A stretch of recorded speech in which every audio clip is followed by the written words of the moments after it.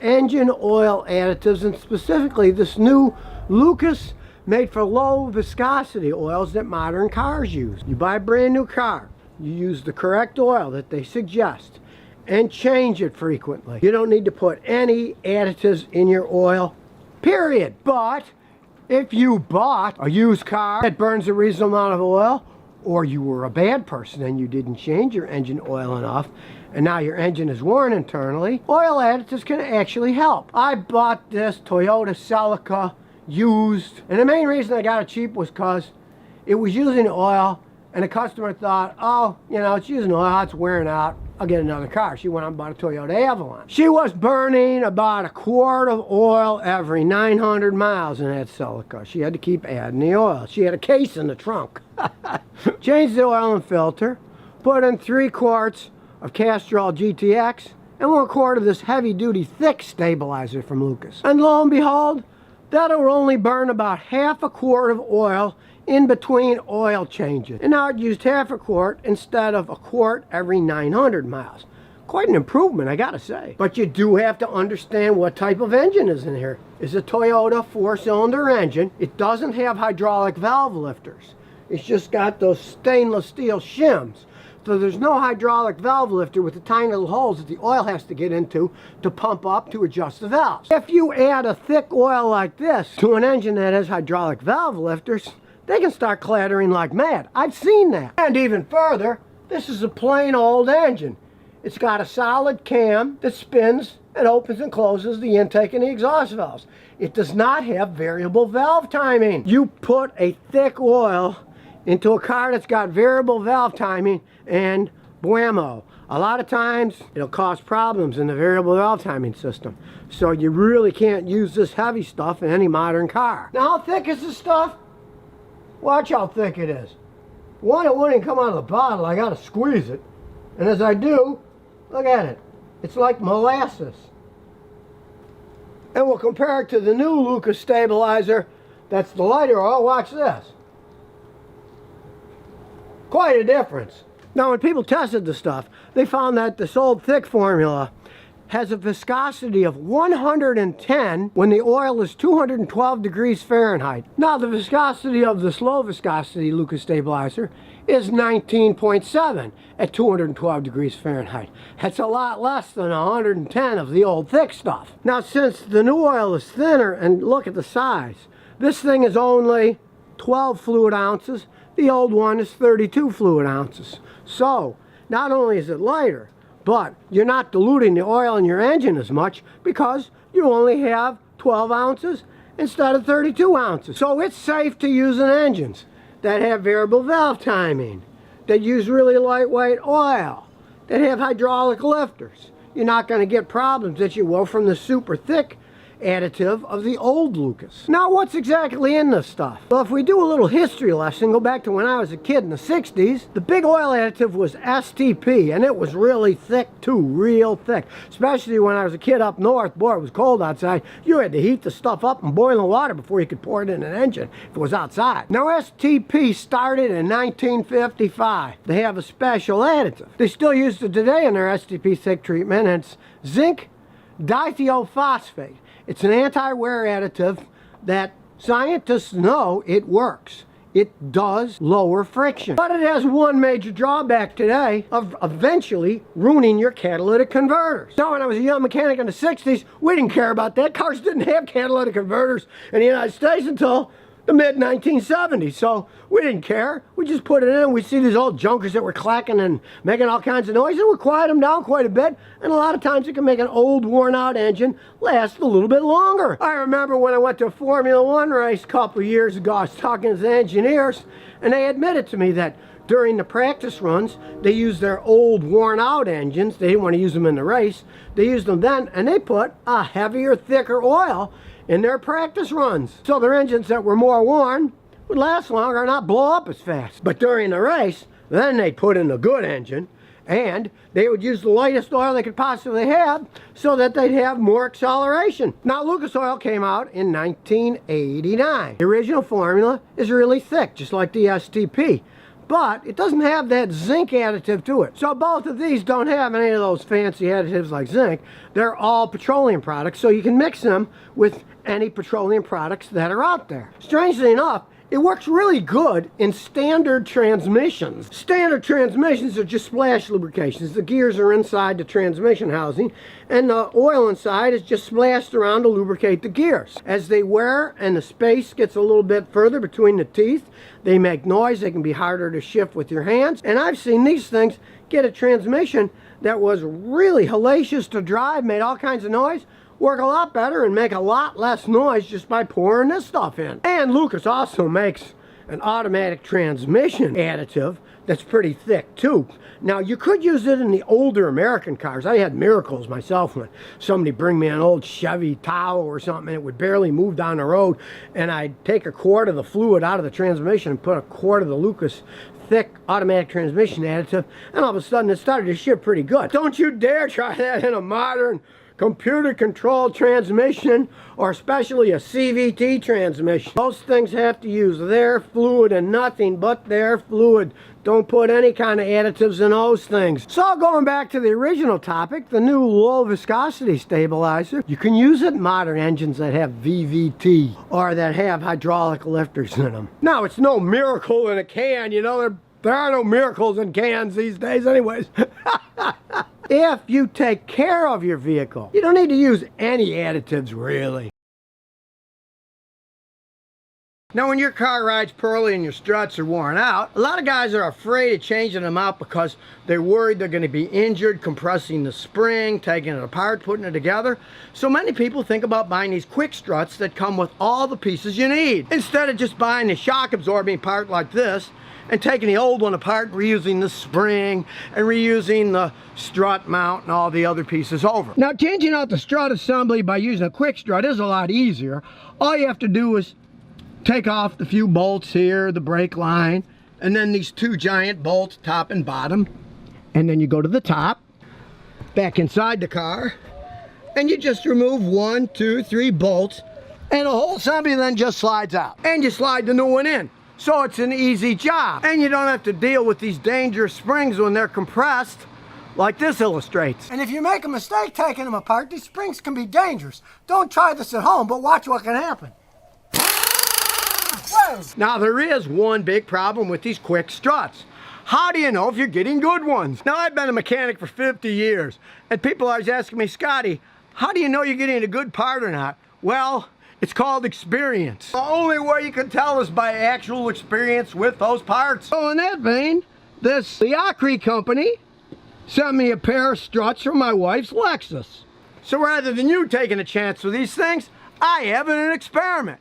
So I put 2 of them on my wife's Lexus, and you have to realize that even though this Lexus is 17 years old, it still has the original struts and it still rides perfectly fine, but I was doing this as an experiment. And being a professional mechanic, heck, with all my air tools, it only took me about 45 minutes to replace them both. Then I drove it around. And guess what? It rode worse than it did with the 17-year-old original struts. And as a double blind to this experiment, I didn't tell my wife what I did to her car. So she drove it around. A couple days later, she said, "Boy, my car is really riding poorly. What's going on here?" I explained to her I had put these Chinese-made aftermarket struts on her car, and she said, "Put the old ones back on. It was working fine that way." So I put the old ones back on. Then she was happy because it was riding perfect again. But being curious, of course, I'm wondering, why do these brand new, beautiful looking ones with all new parts work worse than ones that were 17 years old? Well, here's what I found. Well, first I measured the spring diameter of the quick strut, and that was 14.9 millimeters. Then I measured the spring diameter of the factory struts, and it was 13.6 millimeters. So the new quick strut assembly had thicker springs than the factory one. You might think thicker is better. No, it's going to make it ride rougher. These guys at Lexus spent a lot of time designing the correct springs for their cars. So you don't want thicker springs, that's what you got. It rode rougher, I saw it rode rougher. My wife, who didn't even know I changed them, said it rode rougher. Not a good idea if you want to get a good ride in a fancy car. And I also noticed the car was sitting higher. It wasn't sitting at the same way it was designed. Then I look at their directions and it says, oh, warning, your car might sit higher when you put these on. Well, ridiculous. They're obviously not made correct. So I took the quick strut apart. This is a quick strut mount, and this is a factory OEM strut mount. When I popped out the bearing of the quick strut one, it came apart and had these cheesy little ball bearings inside. But when I took out the factory one, the bearing is a sealed unit, solid, much better made. It's going to last a lot longer and it's going to ride better. Plus, when I measured the depth where the top of the strut rod sits on the new unit, that was 14.6 millimeters. But on the OEM strut mount, it was 21 millimeters. So of course that's going to sit differently, and that's probably why the thing rode higher. I mean, the whole thing was just a big mistake, but at least it was one that I made to test out for you, and you don't waste your money doing it yourself. But sure, we all want to save money, and this Liaki strut was only $88.29. While a factory Lexus strut is $793.67. When it comes to buying these quick struts, hey, you got to do some research beforehand. I found that companies that people have heard of that have a good image, they had the same kind of reviews. They said, gee, these used to be great, but the one I had was a pile of junk. It lasted 20,000 miles, or it made noise.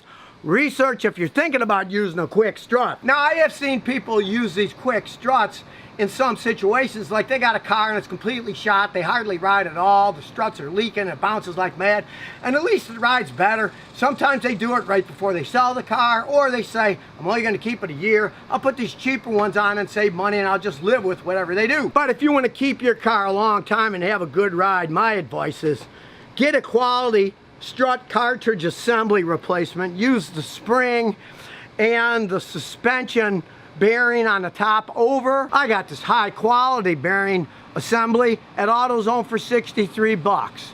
It was exactly the same as the Lexus original equipment one. So you don't have to spend $723 for the factory stuff and buy it all. You're going to replace the parts with quality parts. Just don't expect a quick strut to be a very good fix if you keep your car for a long time. Because a lot of these manufacturers of quick struts, they're sneaky. Some of them say, assembled in USA. You know, that doesn't mean that much. That only means that it could be very cheap parts from China that were just final assembled in the United States. And it doesn't matter where junk is put together. If it's junk, it's still going to be junk no matter where you put it together. Now, if it says made in the USA, there's very strict laws for that kind of stuff. But you'll often see many of these things just say assembled in the USA, and that doesn't really mean anything when it comes to quality. These little adapters that you put in your car to run anything like your phone or a computer that are 5 volts that plug into the cigarette lighter or your power probe, they can cause problems in your car that you would have never thought. And they do it through the process of electromagnetic interference. You can't see it. And let's face it, even the physicists don't really understand electromagnetic stuff. It's even beyond them when it comes to how this stuff actually works. Just like gravity, you can't see it, but you can certainly feel it. If you jump up, it pulls you back to the planet. Well, electromagnetic interference on a modern day car can wreak all kinds of havoc. So I'm going to tell you how you can keep that from happening with these little bitty adapters in your car. Now, modern cars have everything run by computer. Electricity, magnets, and a lot of the systems even are using RFI. They're using radio frequencies, like your keyless ignition if you have that. The keyless ignition sends a radio frequency to your car, says it's okay to start it up. Well, guess what? These little babies put out some radio frequency too. Now, these little adapters may look simple, but they're actually not. To begin with, you plug them in, they take the 12-volt DC of your car and use a solid-state system that switches the DC voltage of your car into high-frequency AC voltage. Then that AC voltage goes through a coil, a diode, and a capacitor to become 5-volt DC. It's a lot more complex than you might have thought the stupid little thing is. Now, if done correctly, it works perfectly fine, but as everyone's aware, you can get dirt cheap models of these. You can get them at a gas station, a hardware store, I even see them in a drugstore, but it's not a good idea to buy one of those cheapies. As I just explained, they're pretty complex inside. If they have cheap parts, maybe they generate a little bit too much AC high frequency. That's broadcast all through your car, can mess things up. And you certainly don't want to overload your system using too much on one plug. This has 2, I advise only 1. I've seen some that had 4. You don't want to buy a cheap one. I personally use a Qualcomm one. Hey, it's like 20 bucks. It's not that big of a deal. But I don't advise going by the $8 or cheaper ones. And don't overload the amperage ratings. Where you're plugging it in, or for the device itself. I've had customers plug these in, put some laptops and stuff on them. They've actually started to melt these things from too much amp draw. Take this cheap one here. It's only rated at 2 amps. So you put more amperage than that, you can cause problems. Now the worst problem I ever saw was on a customer's Subaru. It was an Outback, had a bunch of plugs. The kids were always running stuff. One day they got in the car, it wouldn't start. So they towed it in. I hooked up my scan tool, couldn't find any particular problems. But since I realized these things can cause your car to go a bit wonkers, I look in the car, 4 of these things plugged in all over the place. So I thought, what the heck? Do a little Sherlock Holmes. I went through the car and I unplugged them all out of the adapters. Then, since it was a keyless ignition, I didn't have to turn the key. I already had that in my pocket. I just went to push the start button and guess what? Started right up.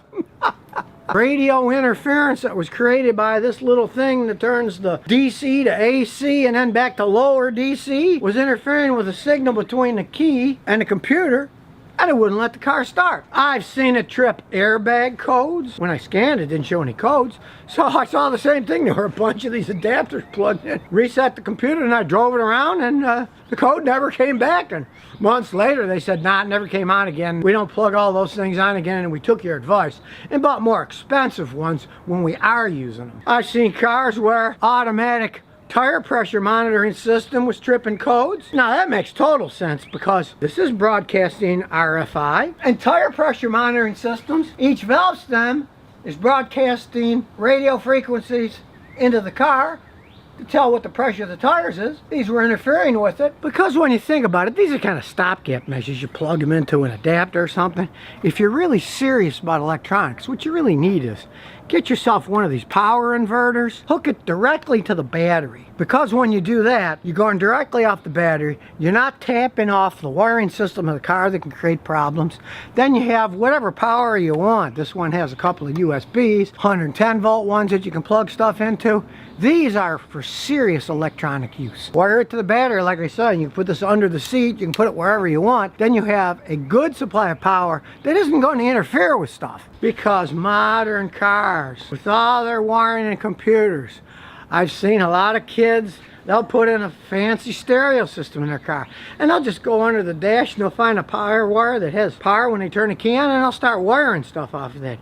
You can destroy computer systems doing that. If you're real serious about power in your car, hey, put an inverter in it. Then you can have all the power you want running directly off the battery with its own fuse going to the battery, so you're not taxing the electronics of the car in a way it wasn't designed for. When I had a customer who was having a problem and I unplugged it, went away, I thought, gee, I wonder if you can stop the RFI interference from coming out. So I just got a little aluminum foil and I wrapped it around the thing.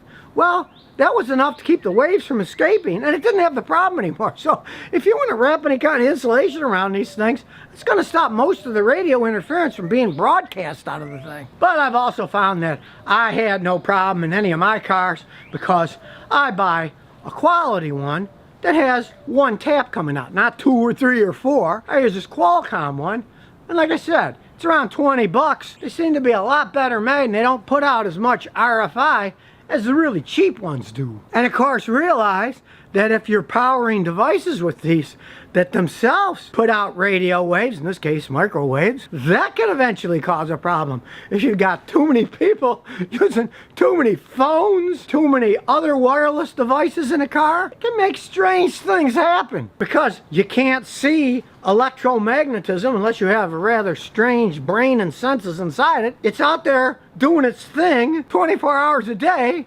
whether you know about it or not. So if your car does seem to be acting weird, hey, unplug every single one in your car for a couple of days, drive it around. Because computers, hey, they're always checking for problems in your car as you drive.